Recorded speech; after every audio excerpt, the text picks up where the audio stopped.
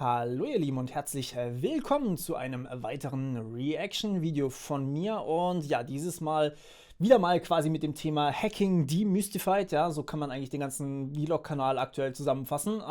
Das heißt, wenn ihr mehr davon haben wollt, na, ihr kennt das Prinzip. Und ja, wir wollen uns heute gemeinsam die Doku von Steuerung F Drogenphishing Malware, wie Hermann X das Darknet eroberte, ansehen. Ihr habt mir das mindestens gefühlte 120.000 Mal geschickt, innerhalb der kurzen Zeit, wo das jetzt draußen ist. Also heute ist jetzt der 21.05. Die Doku kam am 19.05., soweit ich weiß. Ja, 19.05. kam sie raus. Das heißt, noch nicht lange her. Ihr werdet das Video, sobald ich fertig bin mit Schneiden und so weiter, kriegt ihr das natürlich. Und ja, wir wollen uns das jetzt mal angucken. Ich gehe da recht unvoreingenommen ran. Allerdings muss ich schon bei der Überschrift fast ein bisschen nachdenken, weil da steht das Darknet. Ihr seht hier unten das Darknet. Ja? Es gibt nicht das Darknet, es gibt eigentlich unendlich viele Darknets. Jeder kann sein eigenes Darknet erobern und erforschen, wenn ihr wollt. Aber gut, das ist nur so ein kleiner Seitenhinweis. Wahrscheinlich meint er das ganz normale Darknet, das mit der Onion-URL, also über Tor-Browser quasi, erreichbar ist. Und nun ja, das ist jetzt nicht wirklich eine Gelegenheit, die ich verpassen möchte, weil da könnte ich mir vorstellen, dass schon wieder einige Sachen dabei sind, die ich ergänzen kann. Ich hoffe, ihr habt Spaß dabei und wir hören uns bis gleich. So, Headset auf und natürlich den Das hier ist die Geschichte über Cybergangster in Deutschland. Und sie spielt hier, in einem ehemaligen NATO-Bunker. Auf unterirdischen Servern wurden offenbar Falschgeld und Drogen in aller Welt gehandelt. Es ist perfekt. Es ist perfekt. Da war eigentlich alles dabei, von Marihuana bis Kokain. Und das hier war der mutmaßliche Oberboss. Wir nennen ihn Mr. X. Wie lief sein weltweites Business ab? Und wie hat man ihn geschnappt? Okay, ich habe schon hier was anzumerken. Ganz kurz, es ist nichts Ungewöhnliches, dass man im Darknet Drogen kaufen kann. Das sollte jedem klar sein. Da gibt es Shops, da kann das eigentlich jeder machen. Und das ist jetzt nicht wirklich eine Besonderheit. Es ist vielleicht aber eher eine Besonderheit, dass sowas tatsächlich auch rausgefunden wird und dass dann jemand auch tatsächlich hops genommen wird. Weil viele einfach sich so gut anonymisieren über das Tor-Netzwerk, dass man sie schlicht nicht zurückverfolgen kann. Oder fast nicht zurückverfolgen kann. Eine kleine Anekdote hier, die hat eigentlich jetzt schon nichts mehr mit der Doku zu tun, aber ich denke, das kann ich hier durchaus schon reinhauen. Das Tor-Netzwerk verschleiert eure IP-Adressen. Das bedeutet erstmal, wenn ihr ins Internet geht, habt ihr erstmal feste IP-Adressen und über die könnt ihr identifiziert werden, weil ihr die zugewiesen bekommt von zum Beispiel Telekom, Vodafone, Unitymedia, eben eurem Internetanbieter. Und dadurch weiß natürlich jeweils der Anbieter, wer gerade die jeweilige IP-Adresse zu welchem Zeitpunkt hat. Sprich, wenn ihr jetzt hergehen würdet und www.drogenshop.de anwählen würdet, welche Website es hoffentlich nicht gibt, aber probiert es bitte nicht aus. Dann kann es gut sein, dass dann guckt die Polizei einfach nach und fragt halt die Telekom oder Unitymedia an und sagt, hey, wer hatte denn genau zu diesem Zeitpunkt bitte genau diese IP? Und dann sagt die Telekom, ja, das ist unser Kunde 257, 42 natürlich, ich meine 42, tut mir leid. Genau, und dadurch haben die dann natürlich euren Namen und können euch quasi basten. Wenn eure IP-Adresse allerdings verschleiert ist, das heißt, wenn ihr über das Tor-Netzwerk reingeht, dann wird eure IP-Adresse durch einen Proxy bzw. mehrere Proxys verschleiert und dadurch habt ihr nicht mehr die echte IP-Adresse, wenn ihr ins Internet geht, sondern ihr geht zum ersten Proxy-Server und das ist alles, was euer Internetprovider sieht.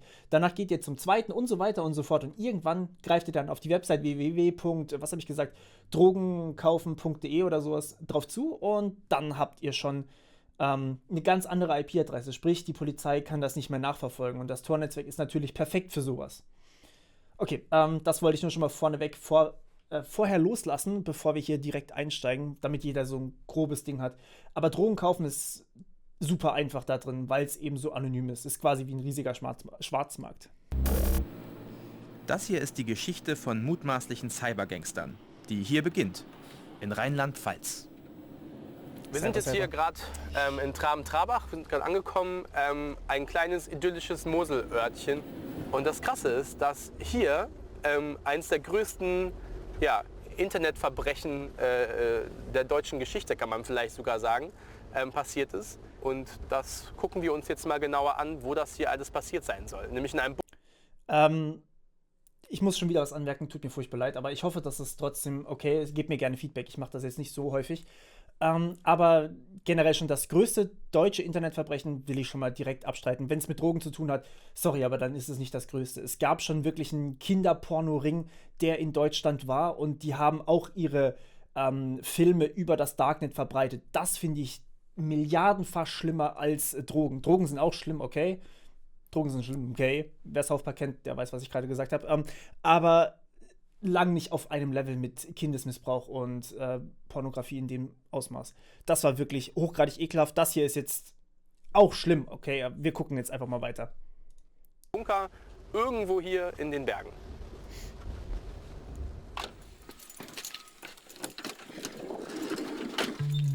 Der ehemalige NATO-Bunker liegt oberhalb des Ortes auf dem Mont Royal. Ja, der Berg heißt wirklich so, Mont Royal. Hier war früher lange ein Stützpunkt der Bundeswehr. Achim Ochs hat damals im Bunker gearbeitet. Jetzt ist er Stadtführer und zeigt mir das Gelände. Oder das, was man von außen sehen kann. Vielleicht können Sie mir mal zeigen. Also, der Bunker ist da hinten, ja? Ja, da wo die Kiefer rausguckt, wo der grüne Baum ist, dieser Hügel, Ja. man sieht rechts so einen Kasten von der Antenne, neben der kleinen Antenne. Ich bin so klein, ein aber ich Kasten. glaube, ich kann es Da ist so ein erahnen. Kasten. Ja. Ja, schade, dass man den Bunker gar nicht sieht. Man redet die ganze Zeit über dieses Phantom-Bunker und eigentlich sieht man hier nur so eine Straße, Ja, so eine Einfahrt mit einer Schranke. Das könnte jetzt auch irgendwie, weiß ich nicht, das ist irgendeine perfekt. Behörde sein. Das ist perfekt. Haben eine gute Wahl getroffen, die Verbrecher da. Hier spielte sich wohl einer der größten Cybercrime-Fälle Deutschlands ab. Im Bunker, unter der Erde. Gemeinsam mit einem Team vom Spiegel haben wir tausende Seiten aus den Ermittlungen zum Fall gesichtet. Es geht um illegale Geschäfte im Darknet, um Falschgeld, Drogen und Kinderpornografie. Okay. Alles lief offenbar über Server in diesem Bunker. Bis die mutmaßlichen Cybergangster vergangenes Jahr geschnappt wurden. Oh, da fahren sie gerade ein dickes Auto raus.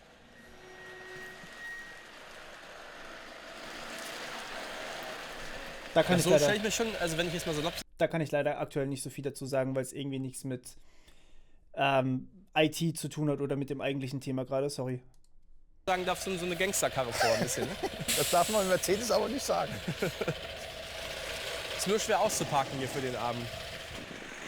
Und dann werden wir auch bemerkt. Hallo, guten Tag, moin. Wir sind vom Landeskriminalamt. Guten Tag, wir sind vom Norddeutschen Rundfunk. Guten Tag, Seidel, moin. Gut, wir, Also wir kümmern sind- uns hier ganz normal um den Abtransport von Beweismitteln. Das ist jetzt nichts Herausragendes. Genau, alles gut. Hier fährt er also weg. Wohl einer der letzten Beweise vor Ort dafür, dass das internationale Verbrechen wirklich einmal hier zu Hause war. Mittlerweile sitzen die Hauptbeschuldigten im Knast. Nach fast 5 Jahren Recherche gelang den Ermittlern ihr außergewöhnlicher Schlag gegen die Cyberkriminalität. Im Mittelpunkt dieses Thrillers steht ein Bunker, der einst der Bundeswehr gehörte. An der Mittelmosel zwischen Trier und Koblenz, hier in Traben-Trabach. 13 Tatverdächtige sollen Server zur Verfügung gestellt haben, über die unter anderem der Vertrieb von Drogen und gefälschten Dokumenten abgelaufen sein soll. Diese Server bezeichnet man als, also wenn es über das Tor-Netzwerk läuft, bezeichnet man die Dinge als Hidden Service. Also das heißt, die können natürlich oder müssen auch irgendwie übers Internet angebunden sein, aber Hidden Services sind genauso geschützt wie ihr, wenn ihr über das Tor-Netzwerk auf eine Webseite zugreift. Das heißt, der Server steht irgendwo, bekommt vom Internetprovider, der kann auch durchaus Unity Media oder Telekom oder Vodafone sein, ja, irgendwas ganz Normales. Und der geht dann auch ins Tor-Netzwerk und hüpft auch wieder über mehrere Proxys drüber. Und dadurch ist dem seine IP-Adresse auch komplett verschleiert. Und dann treffen sich eben beide Teilnehmer beim Tor-Netzwerk. Also das heißt einmal der Server und der Client, der die Webseite aufruft, treffen sich einfach an einem völlig anonymen Punkt, den davor niemand kannte. Und dadurch sind natürlich einfach beide komplett anonymisiert. Das heißt, gar nicht so einfach, da wirklich eine IP-Adresse rauszufinden, sondern eigentlich sogar wirklich, wirklich schwer. Es gab einen Fall von Tracking im Darknet, da hat man die Mausbewegung, also das, was ich jetzt hier auf dem Bildschirm mache, wie ich mit meiner Maus interagiere, auf der Website hat man benutzt, um Leute zu identifizieren im Darknet. Also über das Tor-Netzwerk im Endeffekt. Und das ist schon eine Technik, die muss man erstmal haben. Ansonsten müsste man hier wirklich so viele Dinge auf einmal zusammenlegen, dass das würde trotzdem normalerweise nicht zum De-Anonymisieren von solchen Leuten führen. Und deswegen können sich halt auch solche Ringe organisieren und vernünftig auch Sachen verkaufen im großen Stil.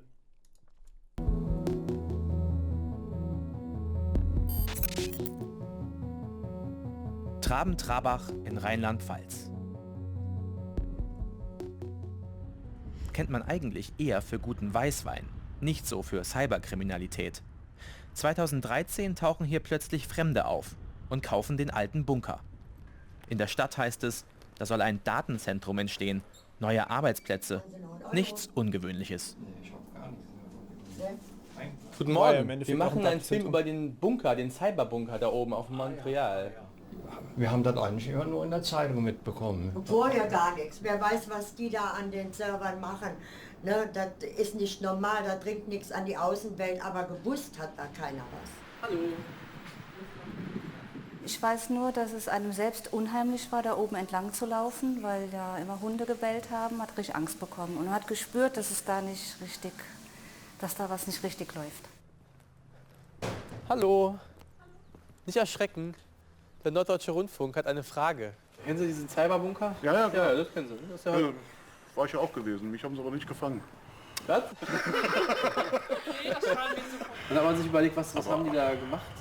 Warum man hat schon spekuliert, irgendwie mal was passiert da, was machen die da, aber hat er nichts mitgekriegt. Was war die Spekulation? Ja, es hieß halt eben, weil es ein Holländer ist, hat da bestimmt eine große Zucht, so, was man halt eben an den komischen Pflanzen... Ja, genau, sowas. Der Holländer, das ist Hermann X, der Chef der Bunker-Crew. Eine Cannabisplantage hatte er zwar nicht, aber offenbar viele illegale Seiten auf seinen Servern.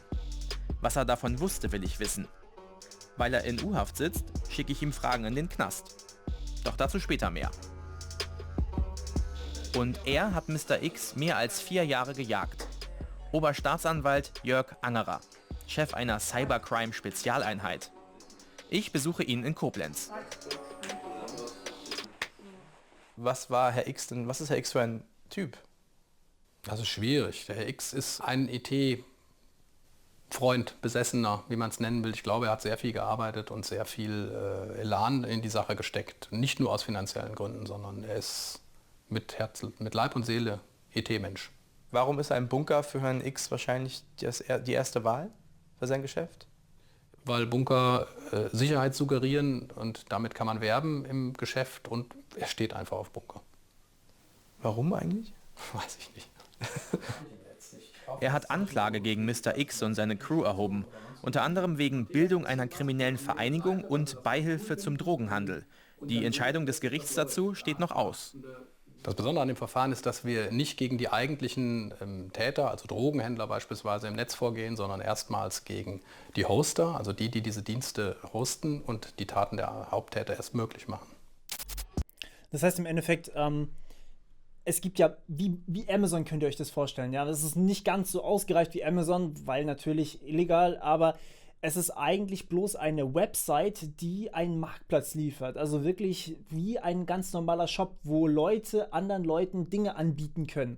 Das heißt, da gehen halt wirklich Leute hin und verkaufen dann ihre Drogen über diese Website. Und die Website bekommt halt ein bisschen Geld dafür zurück, sozusagen als wie Amazon im Endeffekt oder wie eBay, ein gewisser Prozentsatz des Einkommens wird einbehalten.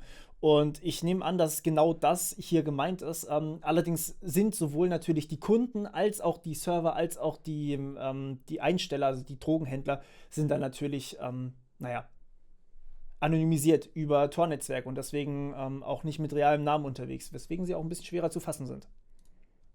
Mr. X und seine Bunker-Crew waren offenbar solche Hoster. Sogar Bulletproof werben sie. Bulletproof, das heißt, da kommt die Polizei nicht ran. Wer hier seine Website hat, bleibt anonym, so das Versprechen. Wir hosten alles außer Kinderpornos und Terrorismus. Das Betreiben eines Bulletproof-Hauses, das ist für sich nicht strafbar, das machte die Ermittlungen ja so schwierig. Also ich muss eine konkrete Tat ermitteln, die im Bunker begangen wird, beispielsweise einen Drogenmarkt, und muss dann den Beschuldigten belegen, dass sie das A wussten und B auch wissentlich und wollentlich unterstützt haben. 2013 kauft Mr. X den Bunker und stellt ein Team zusammen. Rund 1 Dutzend Mitarbeiter und Mitarbeiterinnen, insbesondere IT-Spezialisten. Rund um den Bunker kommen sogar Wachhunde zum Einsatz. Ja gut. Seine Aber das ist eigentlich nichts Ungewöhnliches für einen Hoster in einem großen Format. Also das jetzt auf keinen Fall. Ein Hoster im großen Format muss natürlich abgesichert sein, weil da liegen auch wirklich Kundendaten drauf. Also stellt euch das Ganze so vor, als wären es Amazons Webserver. Ja? Auf Amazons Webservern laufen Millionen Websites. Da läuft nicht nur Amazon drauf. Aber nehmen wir jetzt einfach mal nur das Beispiel von Amazon als Verkäufer. Ja? Also der Marktplatz Amazon. Da liegen Kreditkartendaten drauf von den Kunden, da liegen Kreditkartendaten drauf von den Leuten, die einkaufen, Kontodaten und so weiter und so fort. Da kann man nicht einfach hergehen und kann sagen, hey, wir machen das Ganze quasi öffentlich für alle zur Verfügung, sondern da muss man auch hergehen und das Ganze wirklich gut schützen, weil man ansonsten natürlich Probleme hat. Also ihr könnt nicht einfach alles einfach so öffentlich zur Verfügung stellen. Sonst kann ja jeder reinkommen und sozusagen auf dem Server was installieren und schon hat man alle Daten. Das wäre natürlich auch, ist übrigens auch illegal, wenn man da keine Schutzvorrichtungen drin hat. Und so ein Bulletproof-Server-Raum, wie er schon gesagt hat, oder generell so ein Anbieter zu sein, ist an sich nicht illegal, weil ja, es das theoretisch auch geben muss. Dienstleistung scheint gefragt zu sein. Schnell gibt es zahlreiche Kunden, die offenbar illegale Seiten anbieten wollen. Seiten, auf denen etwa Drogen gehandelt werden. Ja, okay. Wie hier, bei Wall Street Market. Das ist halt so, okay, das hängt also zusammen tatsächlich. Also ich habe davor wirklich mich absichtlich davon ferngehalten von der Doku. Wall Street Market war einer der größten Marktplätze und der ist auch, ich glaube, letztes Jahr irgendwann down gegangen. Da sind sehr, sehr viele Marktplätze auf einmal down gegangen. Ist interessant, dass die dann alle wirklich auf diesem Hoster liegen. Und nein, ich kaufe bei solchen Marktplätzen natürlich nicht ein, aber das liest man auf Twitter, auf verschiedenen News-Plattformen, auf denen ich regelmäßig unterwegs bin, weil ich mich natürlich auch für das Thema interessiere und wissen will, was da die neuesten Entwicklungen sind. Also nicht wundern, dass ich sowas weiß. Und ich habe Kontakt zu einem der Gründer von Wall Street Market. Er hat mittlerweile ein Geständnis abgelegt. Bis zum Prozess darf er deshalb weiterhin frei herumlaufen. Und ich kann ihn treffen. Alright, ich habe gerade die SMS bekommen. Hallo Herr Seidel, ich wäre jetzt fertig und fahre zu der Adresse. Wir treffen jetzt Herrn F. Herr F. ist einer der Administratoren von Wall Street Market, dem, weiß ich gar nicht, zweitgrößten Darknet-Drogenmarkt der Welt. Herr F. gibt mir ein verdecktes Interview. Mit 14 ist er schon im Darknet unterwegs, lernt dort auch die 2 kennen, mit denen er dann Wall Street Market aufbauen wird.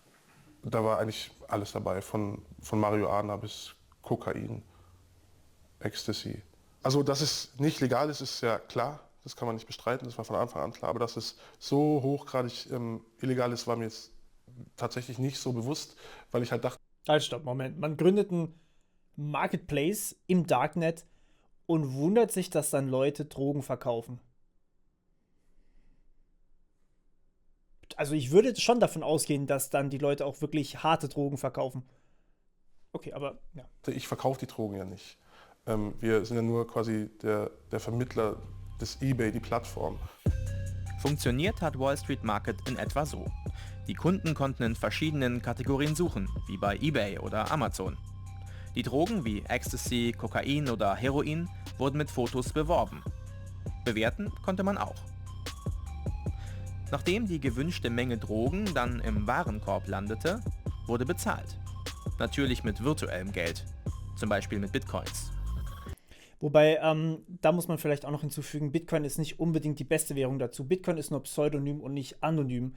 Normalerweise geht es sogar noch weiter. Das heißt, man nutzt nicht nur Bitcoin, sondern man nutzt zum Beispiel auch Monero. Und Monero ist dann eine Kryptowährung, also ähnlich wie Bitcoin, aber noch mal ein Stückchen anonymer als Bitcoin selber. Und das macht's noch mal krasser und noch mal besser sozusagen, wenn ihr anonym sein wollt.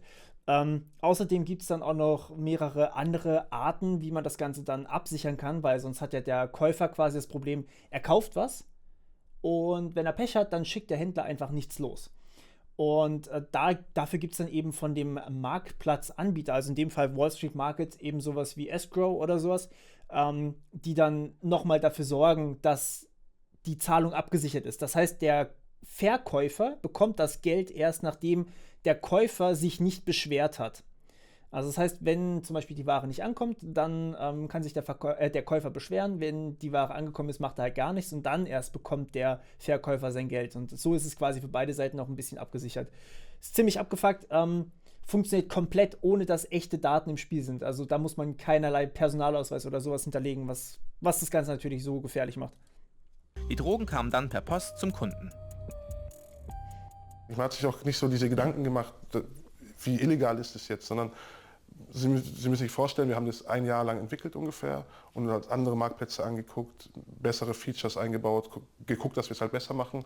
Also die ersten Jahre haben wir damit, wenn man das in Relation zu der Zeit setzt, nichts verdient. Im Endeffekt war es ein interessantes Projekt, technisch gesehen. Und das war halt bei mir die Hauptintention, ich glaube auch bei den anderen beiden.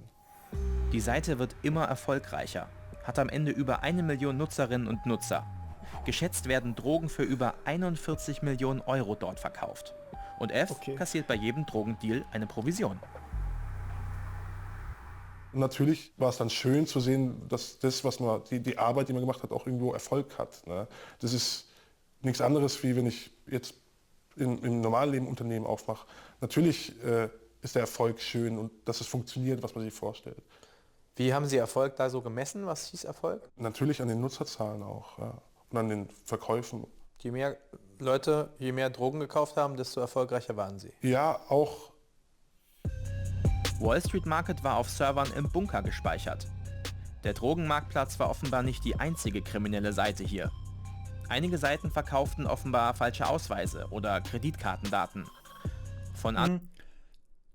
Das ist vielleicht jetzt auch ein bisschen missverständlich. Er hat gerade gesagt, andere Seiten. Man konnte auf Wall Street Market auch Kreditkartendaten kaufen. Das kann man auf den meisten illegalen Marktplätzen im Darknet. Und das ist auch so der Punkt, der wirklich auch noch gefährlich ist. Also klar, natürlich, Drogenhandel ist eine Sache, aber da durch Kreditkartendaten, die werden ja durch irgendwelche Hacker im Endeffekt geklaut und dann dort angeboten.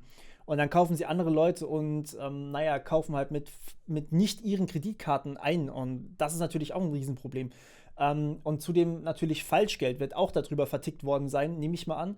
Also da kommt nicht nur Drogen zusammen, da kommt einiges zusammen. Genau wie es bei Wall Street Market aussieht, weiß ich nicht, aber generell ist das für die Marktplätze eigentlich kein Problem, dass sie da einfach noch mehr Kategorien aufmachen. Das ist wie bei Amazon im Endeffekt Bücher, Computerspiele, Hardware, ja, sozusagen. Das ist alles dasselbe. Anderen liefen mutmaßlich Hackerangriffe. Die Bunkergeschäfte laufen schon 1 Jahr. Da beginnt 2015 Staatsanwalt Angerer seine Ermittlungen. Sein Ziel? Er will an die Infrastruktur, die Hoster. Er will Mr. X und seine Crew.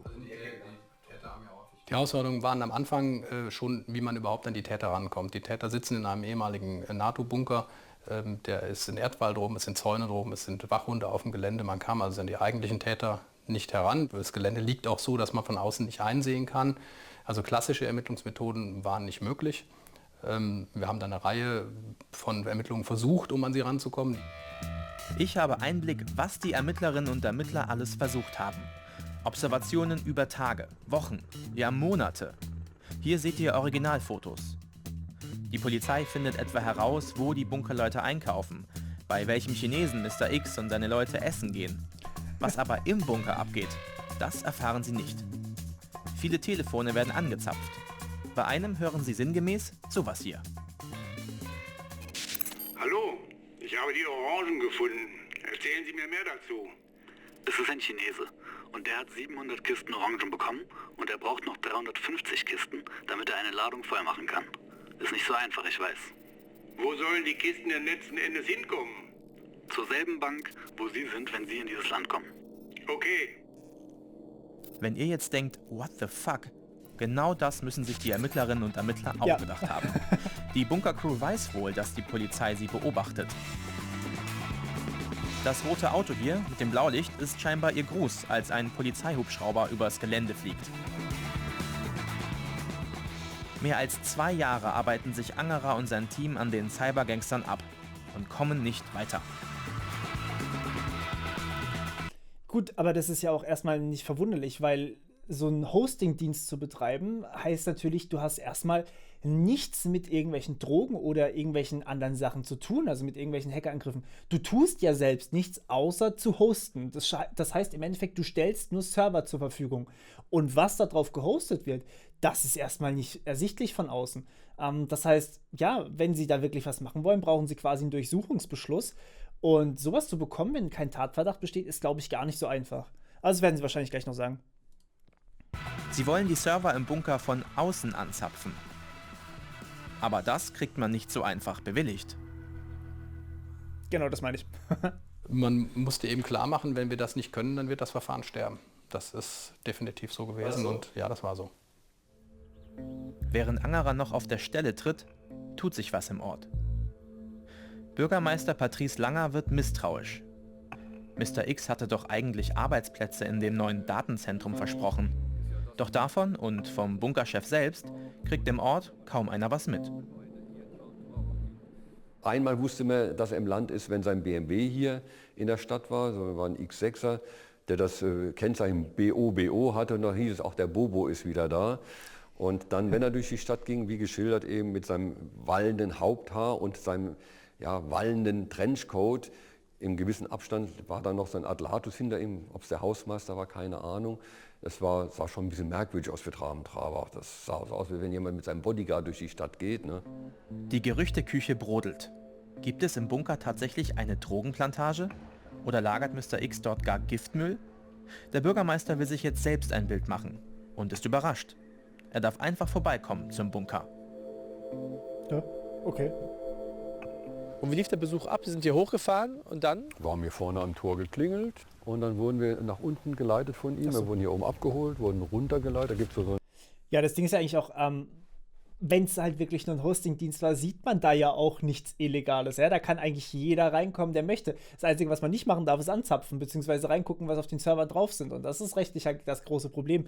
Aber im Endeffekt sieht man da nichts anderes, außer halt einen ganz normalen Hostingbetreiber wahrscheinlich, wenn er halt die Drogen selber nicht vertickt hat. Ja, deswegen. Ein Weg, der geht quasi genau auf den Atrium zu, da ist so ein Mittelgang dazwischen. Mhm. Und dann sind wir dann in den Altbau rein und konnten also hinter jede Türe schauen und es war eigentlich nichts Offenkundiges, was uns hätte irgendwie stutzen lassen können. Ne? Ja. Die Gerüchte haben sich so nicht bestätigt, die Räumlichkeiten waren frei, waren sauber, waren mit nichts belegt, was nicht dahin gehört hätte.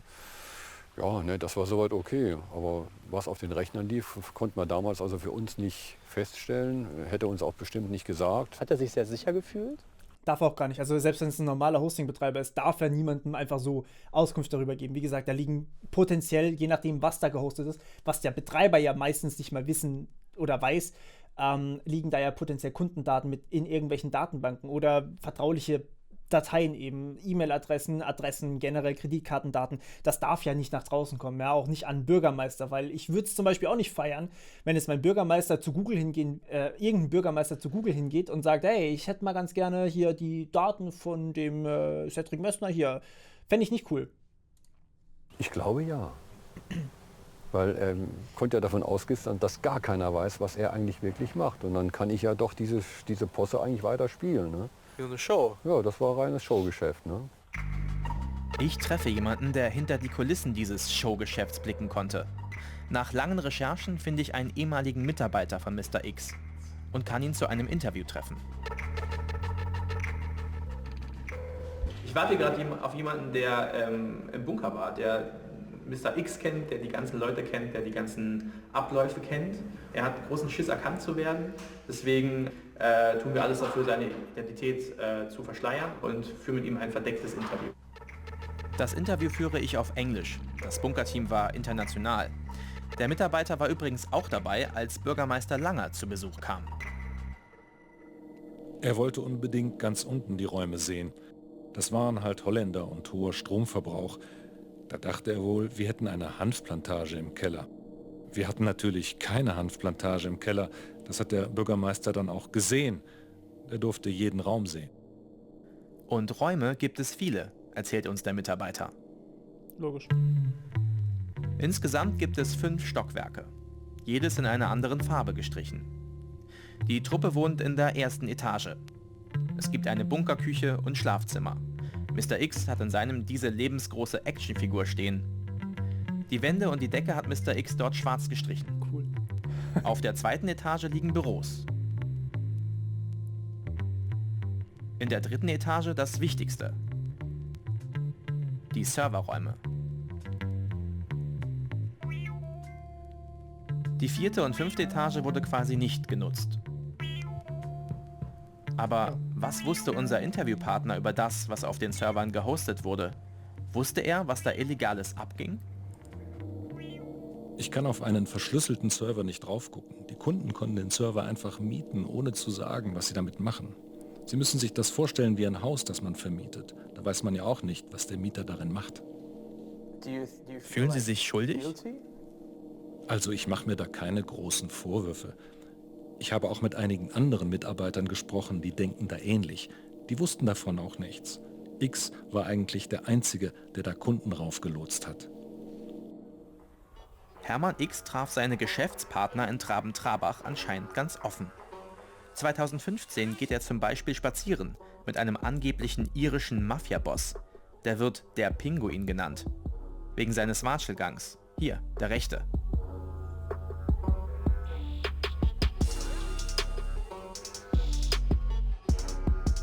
Irische Medien berichten schon lange über ihn. Er soll sein Heimatland über Jahrzehnte mit Kokain, Heroin und Waffen überflutet haben. Auf Anfrage streitet er alle Vorwürfe ab. Bis heute ist er auf freiem Fuß. Genau so stelle ich mir einen Gangsterboss im Klischee vor, der in Drogengeschäfte verstrickt ist. Typen, die im digitalen Geschäfte mit Drogen machen, sehen eher aus wie er hier, Herr F., Macher des Online-Drogenhandels Wall Street Market. Anders als beim Pinguin ist es sogar schwer für mich, Herrn F. unsympathisch zu finden. Er scheint ein ganz normaler Typ zu sein, genau wie die anderen beiden Gründer von Wall Street Market. Im Darknet hieß Herr F. The One. Bei Wall Street Market war er fürs Marketing zuständig.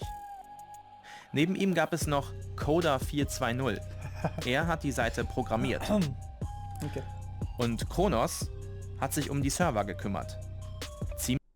Der Name sagt mir irgendwas. Kronos. Ziemlich coole Namen. Im echten Leben hieß The One, also unser Herr F., Klaus Martin, damals 29 Jahre, Familienvater. Der Coder hieß eigentlich Thibaut, war 22 Jahre alt und machte eine Ausbildung. Und Kronos hieß Jonathan, war 31 Jahre, er wohnte noch bei seiner Mutter. Doch was ist an ihren Drogengeschäften wirklich anders als bei einem angeblichen Drogenbaron wie dem Pinguin? Schließlich wurden über ihre Seiten wohl genauso Drogen gehandelt. Die anderen. Was bei ihnen anders ist, ist eigentlich relativ schnell erklärt. Sie haben die Drogen ja nicht selber produziert, sie haben selbst nichts verkauft, sie haben selbst nichts verschickt, sie haben im Endeffekt selber gar nichts gemacht, sondern einfach nur eine Plattform geliefert, einen Marktplatz wie eBay, um Sachen zu verkaufen. Menschen mutmaßlich geschadet haben. Würden Sie einen Drogendealer als Kriminellen bezeichnen? Ja. Was unterscheidet Sie von einem Drogendealer? Ja, der Unterschied ist, dass ich nicht oder wir nicht selber Drogen verkaufen und anbieten, sondern wir haben ja die Plattform geboten. Natürlich ist es auch nicht in Ordnung und ich will es nicht schönreden, aber ich finde es schon noch ein Unterschied. Es ist ja nicht so, dass wir mit Kokain oder Gras durch die Gegend gefahren sind. Ich hatte nie sowas in der Hand. Könnt jetzt sagen, Sie mussten sich die Finger nicht schmutzig machen dafür, um mit Drogen Geld zu verdienen. Ja, natürlich, so kann man argumentieren. Kronos, also Jonathan, bekommt richtig Schiss, als Wall Street Market immer größer wird. Die Polizei hört die Truppe da bereits ab. Auch sinngemäß dieses Telefonat von Jonathan mit seiner Mutter. Jonathan, irgendwann steht die Polizei vielleicht vor der Tür. Ich mache einen USB-Stick für dich fertig. Da sind Bitcoins drauf im Wert von knapp 1 Million Euro. Wow. Den Stick darf die Polizei aber auf keinen Fall finden. Kein Problem, ich verstecke ihn in einer Pralinenschachtel. Die tue ich in meinen Büroschrank. Da kommt keine Sau drauf. Natürlich hat die Polizei die Schachtel gefunden. Und wir haben sogar Fotos davon. Oh. Aber ja, das hört sich irgendwie so brutal an, wenn man so Bitcoin im Wert von 1 Million hat. Theoretisch, wenn ihr vor, sagen wir mal jetzt, sagen wir 2009, 10, 11, 12, so, wenn ihr in dem Zeitraum ein paar Euro in Bitcoin investiert habt, dann ist das jetzt auch mehr als 1 Million. Beziehungsweise war es zu dem Zeitpunkt wahrscheinlich damals.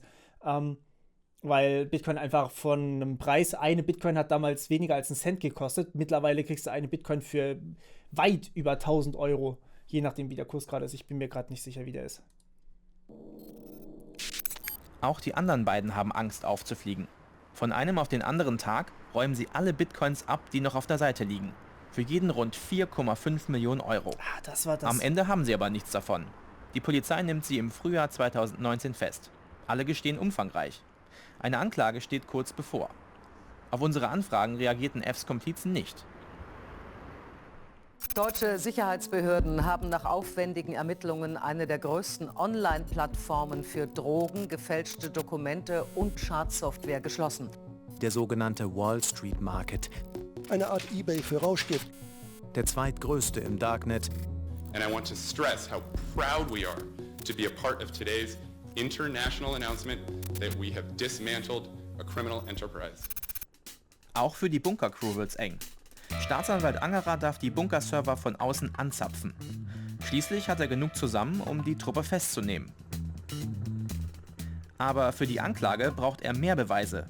Und die sind im Bunker.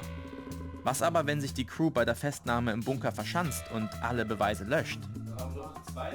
Natürlich war man extrem angespannt, weil klar war, dass das ein entscheidender Tag ist für die weiteren Ermittlungen und dass, wenn sorry, wenn ich den jetzt hier gerade so frech unterbreche, aber selbst wenn sie alles löschen würden, es gibt, also einfach nur löschen reicht nicht aus, um Daten wirklich zu löschen. Also wenn ich jetzt zum Beispiel ein USB mit irgendwas drauf habe, sagen wir mal ein Foto von mir, und ich lösche dieses Foto einfach nur und gebe danach den USB-Stick jemand anders, dann kann man dieses Foto fast 1:1 wiederherstellen.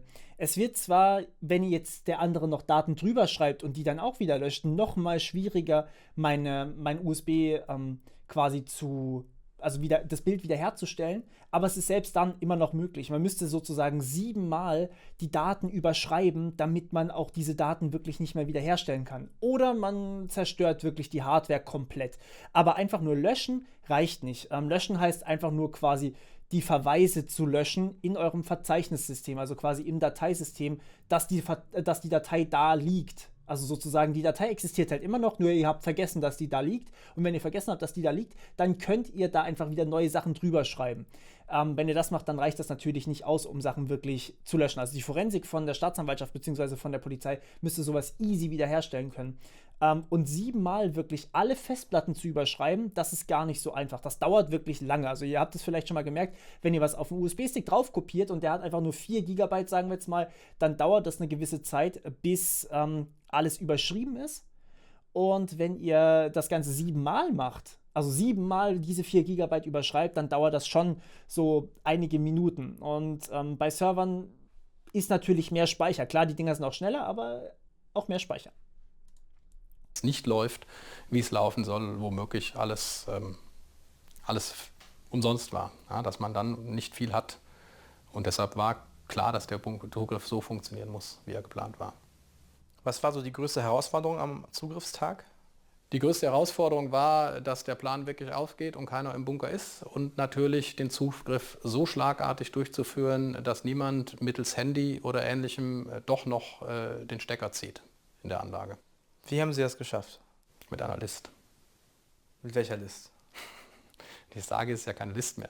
Das ist, wir haben dafür gesorgt, dass die Beschuldigten an dem Tag in dem Restaurant waren und dort festgenommen werden konnten und dass der Bunker leer war. Ich kenne die Liste. Krass. Angerer hatte einen Spitzel in die Bunkercrew eingeschleust. Oh. Damit bei der Festnahme keine Beweise gelöscht werden können, soll der Spitzel alle hier, fern des Bunkers, zum Essen eingeladen haben. Es sollte Fisch geben. Wir sind auf dem Weg zur Stadtmühle. Das ist das Restaurant da hinten. Das soll erstmal das beste Forellenrestaurant in ganz Trabach sein. Aber es ist vor allem interessant, weil dort Herr X und seine Truppe am Zugriffstag von der Polizei relativ spektakulär wohl festgenommen wurden. Die Besitzerin des Restaurants, Marlies Allmacher, zeigt mir, wo genau die Festnahme stattfand. Oh ja, gerne. Hier ist so ein bisschen Festsaal, oder was ist hier? Ja, für kleinere Gesellschaften oder wenn wir unten zu klein sind, dann sind wir hier oben auch parat. Okay. Nicht so die Müllerstube nennen wir. Die Müllerstube. Ja. Hier sitzen Mr. X und seine Bunker-Crew. Um sie herum normales Restaurantpublikum. Denken sie zumindest. Alle plaudern, stoßen an, aber es ist eine Falle. Die Gäste am Nachbartisch sind Polizistinnen und Polizisten in Zivil. Clever. Ein ganz normaler Tag. Ein ganz normaler Tag. Die Gäste hatten bestellt, ihr Essen bekommen. Naja, irgendwie auf Kommando. Auf einmal stürmte hier ganz viel, was ich im Nachhinein erst weiß, Polizei rein. Ich habe zuerst an einen Junggesellenabschied gedacht, als dann so viele maskierte junge Leute hier reinstürmten. Habe ich gedacht, ach, da ist irgendeine Feier noch. Ist was los? Ja. Während hier Mr. X und seine Gruppe in Handschellen abgeführt werden, stürmt die GSG 9 den Bunker. Rund 650 Polizisten sind beteiligt. Um reinzukommen, hatten sie sich angeblich auch auf eine Sprengung vorbereitet. Doch die Bunkertür war nur mit einem kleinen Vorhängeschloss gesichert. Am Ende von über 4 Jahren Ermittlungen öffnet sich am 26. September 2019 für die Beamten die Bunkertür.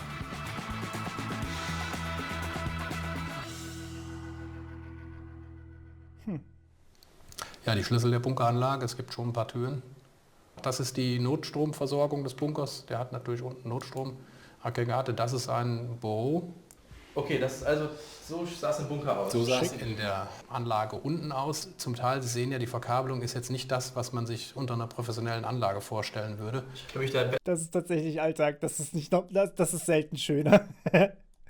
Nicht so gut aus wie Sie. Also man verlegt Kabel normalerweise so, dass man die auch wiederfindet. Und wenn was kaputt ist, nicht tauschen kann. Das ist hier wohl eher nicht der Fall. Man hat die einfach wild gelegt.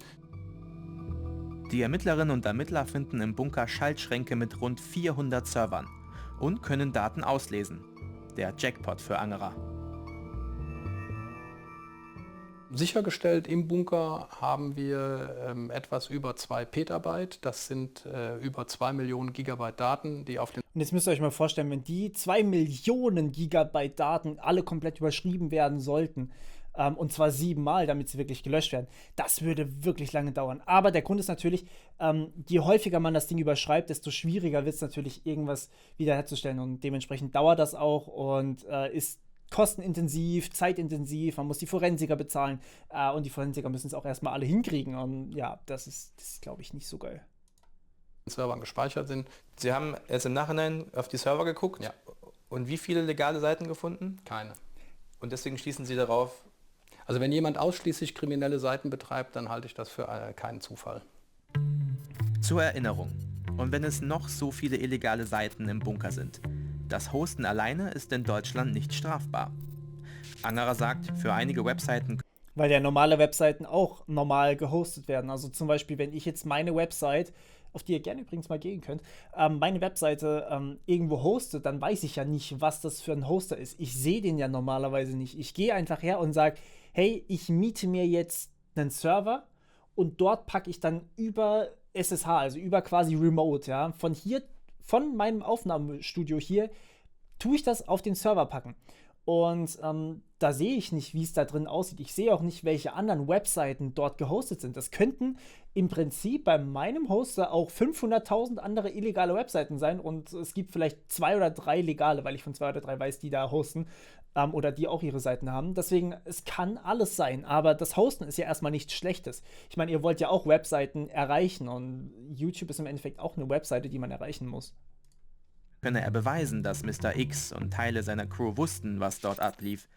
Doch was sagt Mr. X selbst dazu? Wir haben ihm einen Brief in den Knast geschickt und er hat tatsächlich geantwortet. Jetzt 3-4 Seiten. Das ist nicht seine Schrift, das hat ein Zellennachbar geschrieben, das hat er ihm diktiert. Und ein paar Sachen hat er auch selber handschriftlich beantwortet. Und er schreibt hier, meine Server müssen Sie mit Bankschließfächern vergleichen. Also er argumentiert jetzt, dass eine Bank auch nicht weiß, was da drin ist und so wusste er auch als Serverbetreiber nicht, was auf den Servern lief. Ja. Okay, ist ja interessant mit den Bankschließfächern. Ich frage mich halt, wie glaubwürdig das Ganze ist. Mr. X schreibt, sie glaubten, legal und korrekt gehandelt zu haben. Ich habe ihn gefragt, Herr X, was passiert eigentlich jetzt mit Ihrem Bunker? Er sitzt ja gerade im Knast und er schreibt ganz trocken, sobald wir frei sind, gehen wir wieder rein. Das nenne ich mal eine selbstbewusste Antwort. Es ist noch nicht... Es ist ein gutes Recht, wenn er das Ding gekauft hat, darf er auch wieder reingehen. Klar, wann Mr. X und seine Bunker-Crew vor Gericht müssen. Eine der größten Cybercrime-Geschichten Deutschlands ist also noch nicht vorbei. Wer ist am Ende eigentlich verantwortlich? Nur die Drogendealer, die die Drogen direkt verkaufen? Oder auch Typen wie Mr. X oder The One, die mit ihren Seiten die Infrastruktur für sowas schaffen? Das führt eine große Debatte mit sich, Leute. Wenn ich meine Recherchen so zusammenfasse und überlege, was ich so gelernt habe, dann würde ich sagen, diese neuen Täter haben eins gemeinsam. Sie fühlen sich überhaupt nicht schuldig. Die sagen, wir haben nur die Technik gemacht, die Infrastruktur geschaffen. Diese bösen Sachen, Drogen verkaufen, das waren die anderen. Als hätte das eine mit dem anderen gar nichts zu tun. Es ist ja auch erstmal so, dass das eine mit dem anderen nichts zu tun hat. Wenn man nicht weiß, was da drauf gehostet wird, dann kann man das ja auch so nicht sagen. Also zum Beispiel auch YouTube muss auf irgendwelchen Servern stehen. Aber ich lasse ihn jetzt mal ganz kurz fertig machen. Es geht nur noch 20 Sekunden. Dann will ich nochmal eine relativ ausführliche Debatte drüber machen, okay? Wie seht ihr das denn? Kann man Mr. X und The One für das, was auf ihrer Website und in ihrem Bunker war, verantwortlich machen? Schreibt uns das gerne hier in die Kommentare und abonniert uns gern. Und wenn ihr Bock auf noch einen Film habt, meine Kollegin Svea hat einen ziemlich coolen Film zu gekauften Likes im Internet gemacht. Und die Kolleginnen und Kollegen... Ja, das habt ihr mir tatsächlich auch schon beides empfohlen, dass ich darauf reacten soll. Muss ich mal gucken, okay? Ich will jetzt erstmal noch ganz kurz einen Schritt weitergehen. Und zwar, also klar, wenn die Mr. X und so weiter wussten, dass dort illegale Sachen auf ihren Servern sind, und wisst ihr was, die kann ich eigentlich dazu wieder abziehen. So. Okay, sorry. Also wenn jetzt natürlich die Leute... Oh, jetzt wackelt alles. Wenn die Leute wussten, dass dort illegale Sachen auf ihren Servern sind, dann ist gar keine Frage. Dann ist klar, dass die schuldig sind, oder mitschuldig zumindest, an den verkauften Drogen und an der Kinderpornografie oder was auch immer noch auf ihren Servern drauf war. Wenn die allerdings nicht dafür verantwortlich gemacht werden können oder wenn sie im Endeffekt nichts davon wussten, dann ist es wirklich ein riesiges Problem. Denn ja, wenn sie jetzt dafür verknackt werden, sage ich jetzt mal, dass bei ihnen illegale Sachen gehostet wurden, dann führt das ein ziemlicher Rattenschwanz mit sich. Also wenn sie behaupten, sie wissen nichts davon und sie haben nur legal alles gehostet und sie werden trotzdem schuldig gesprochen, dann liefert das einen gewissen Anreiz an die Justiz, plötzlich auch alle normalen Serverbetreiber im Endeffekt zu untersuchen, ob dort was Illegales drauf liegt. Das heißt zum Beispiel mein Hostingbetreiber, der meine völlig legale Webseite hostet, kann dann trotzdem eine Untersuchung haben, ja, weil potenziell kann ja jeder Hoster was Illegales hosten. So, und im Endeffekt ist ein Server, könnt ihr euch so vorstellen, nichts anderes als ein PC, der nicht bei mir steht, sondern in einem Serverraum und dort betreut wird. Also die haben wirklich nur einen ganz normalen PC bei sich stehen, er hat ein bisschen andere Leistung, sieht ein bisschen anders aus, aber im Endeffekt ist es ein PC mit einem meistens Linux drauf, okay? Und jetzt gehen wir her, also wir normalen Menschen, und wollen eine Webseite hosten. Natürlich haben wir keinen Bock, dass die ganze Zeit bei uns hier ein PC läuft, die ganze Zeit bei uns irgendwelche Infrastruktur eingerichtet werden muss. Wir müssen dann bei Unity Media in meinem Fall, muss ich dann sagen, hey, ich will eine statische IP-Adresse. Das ist alles viel zu aufwendig, das macht keine Sau. Deswegen geht man dann einfach her und mietet, also das machen schon manche, aber normalerweise mietet man sich einfach einen Server. So, und wenn man sich jetzt diesen Server gemietet hat, dann ist das natürlich erstmal meine Sache, was ich da drauf mache. Bei mir liegen auch Datenbanken auf meinem Server drauf. Und wenn jetzt eben mein Hoster einfach general beschuldigt wird, weil dort was Illegales gehostet werden könnte, dann führt das dazu, dass man einfach alles bei meinem Hoster angucken kann. Das heißt, der kann dann nachgucken, was liegt denn eigentlich auf meinem Server wirklich drauf. Also welche Daten liegen auf meinem Server dann drauf.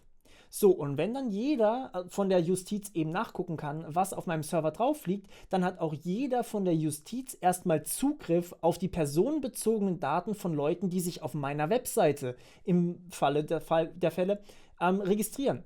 Und wenn die Justiz dann also diese personenbezogenen Daten auch sieht, dann können die natürlich auch dementsprechend rausfinden, welche E-Mail-Adressen ihr, meine Zuschauer habt, welche E-Mail-Adressen ihr zum Registrieren benutzt, welche Passwörter ihr habt. Klar, die Passwörter sind im Normalfall gehasht und dementsprechend sicher, dass man sie erstmal knacken muss.